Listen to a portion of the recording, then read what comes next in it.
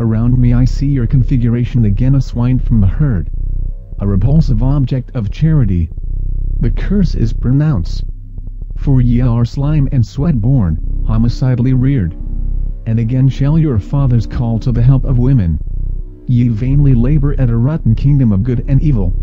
I say that heaven is Catholic and none shall enter with susceptibility of either. Cursed are ye who shall be persecuted for my sake.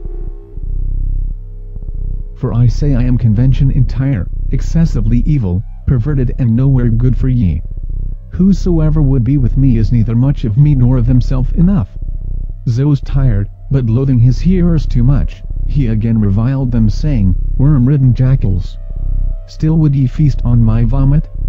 Whosoever follows me becomes his own enemy. For in the day my exigency shall be his ruin. Go labor. Fulfill the disgust of becoming yourself, of discovering your beliefs, and thus acquire virtue. Let your good be accidental. Thus escape gratitude and exari vainglory, for the wrath of heaven is heavy on easy self-indulgence. In your desire to create a world, do unto others as you would when sufficiently courageous. To cast aside, not save, I come inexorably towards myself. To smash the law, to make havoc of the charlatans, the quacks, the swankers and brawling salvationists with their word-tawdry phantasmagoria. To disillusion and awaken every fear of your natural, rapacious selves. Living the most contemptible and generating everything beastly, are ye so vain of your excuse to expect other than the worst of your imagining?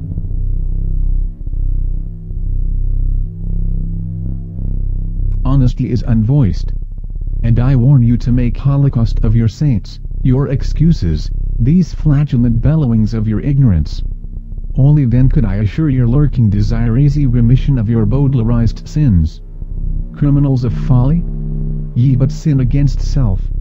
There is no sin for those of heaven's delight. I would ye resist not nor exploit your evil, such is a fear, and somnambulism is born of hypocrisy. In pleasure heaven shall break every law before this earth shall pass away.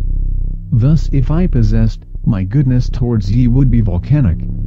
He who is lawless is free. Necessity and time are conventional phenomena. Without hypocrisy or fear ye could do as ye wish. Whosoever, therefore, shall break the precept or live its transgression shall have relativity of heaven. For unless your righteousness exist not, ye shall not pleasure freely and creatively. Insomuch as ye sin against doctrine, so shall your imagination be required in becoming. It has been said without wit, thou shalt not kill. Among beasts man lives supremely on his own kind. Teeth and claws are no longer sufficient accessory to appetite. Is this world's worst reality more vicious than human behavior? I suggest to your inbred love of moral gesture to unravel the actual from the dream. Rejoice ye. The lawmakers shall have the ugly destiny of becoming abject. Whatsoever is ordained is superseded to make equilibrium of this consciousness rapport with hypocrisy. Could ye be arbitrary? Belief foreshadows its inversion. Overrun with forgotten desires and struggling truths, ye are their victim in the dying and begetting law. The way of heaven is a purpose interior to and not induced by thought. Desire, other than by the act, shall in no wise obtain, therefore believe symbolically or with caution. Between men and women having that desire there is no adultery. Spend the large lust and when ye are satiated ye shall pass on to something fresh. In this polite day it has become cleaner to fornicate by the wish than to enact.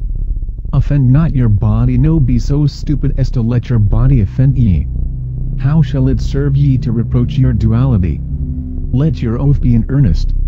Though better to communicate by the living act than by the word. This goddess cockatrice is a projection of your imbecile apprehensions, your bald grossness and madhouse vanities. Your love is born of fear. But far better to hate than further deception. I would make your way difficult. Give and take of all men indiscriminately. I know your love and hate. Inquire of red diet. Within your stomach is civil war.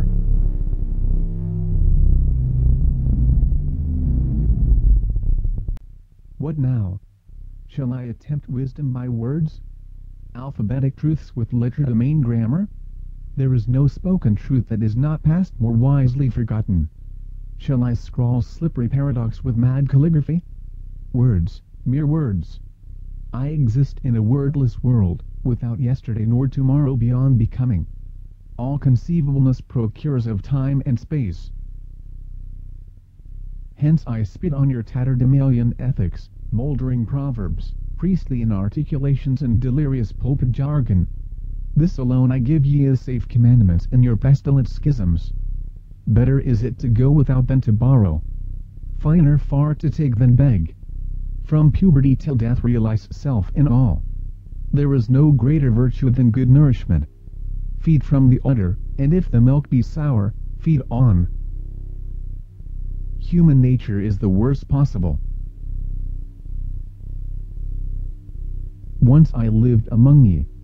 From self-decency now I habitate the waste places, a willing outcast.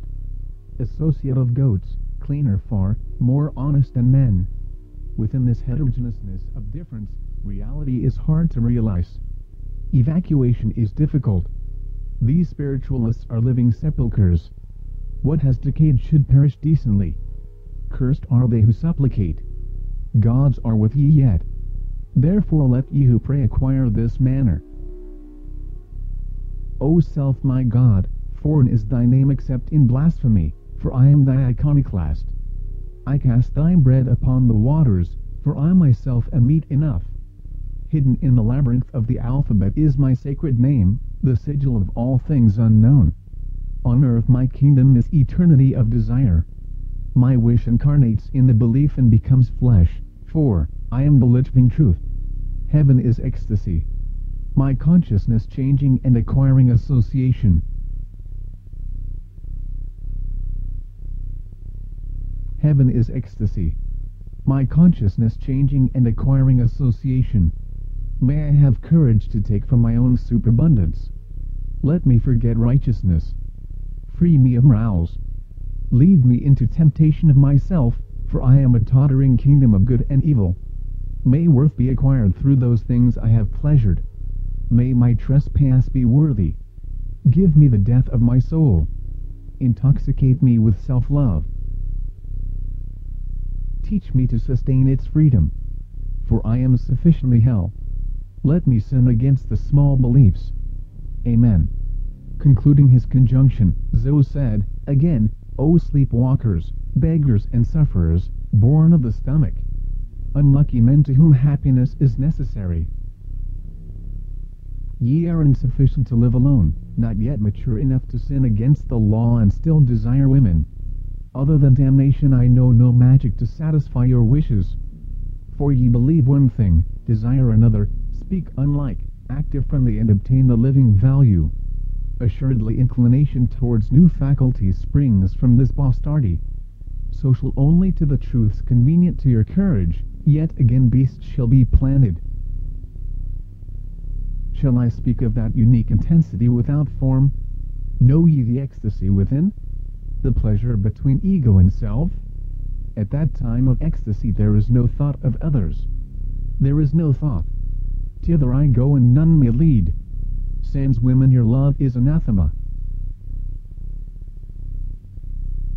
For me, there is no way but my way.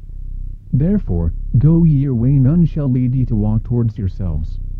Let your pleasures be as sunsets, honest, bloody, grotesque. Was the original purpose the thorough enjoyment of multitudinous self, for ecstasy? These infinite ramifications of consciousness in entity, associating by mouth, sex, and sense. Has the besetting of sex become out of wretchedness repetition made necessary of your scotomy? O bloody-mouthed! Shall I again entertain you with a little understanding? An introspection of cannibalism in the shambles of diet, the very eating murder against the ancestral? Is there no food beyond corpse? Your murder and hypocrisy must pass before ye are uplifted to a world where slaughter is unknown. Thus, with a clean mouth, I say unto ye, I live by bread alone. Sleep is competent prayer. All morality is beastly. Alas, there has been a great failure. Man is dead. Only women remain. With tongue in cheek I would say, follow me, that ye realize what is hidden in all suffering. I would make your self-mortification voluntary, your wincing courageous. Still will ye be with me? Salutation to all suicides. With a yawn Zos wearied and fell asleep.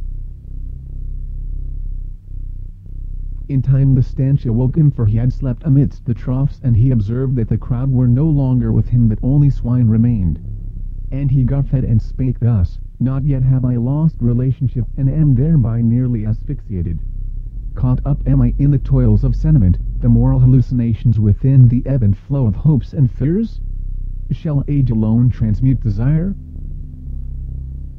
Not yet have I disentangled illusion from reality, for I know not men from swine, dreams from reality, or whether I did speak only unto myself. Neither know I to whom my anathema would be the more impressionable, my insensible soliloquy as eaten as revelation. What I spake with hard-strived conceit to increase enterprise brings forth only swinish snorts. Water is not alone in finding its level. I have not me tragedy, no, not in this life. Yet, whether I have spewed their doctrines upon the tables of the law or into the troughs, at least I have not cast away the flesh of dreams. And turning towards his light, Zos said, This my will, O thou glorious sun. I am weary of my snakes descending making slush. Farewell antithesis. I have suffered. All is paid. Let me go forth to recreate my sleep. Here ends this book.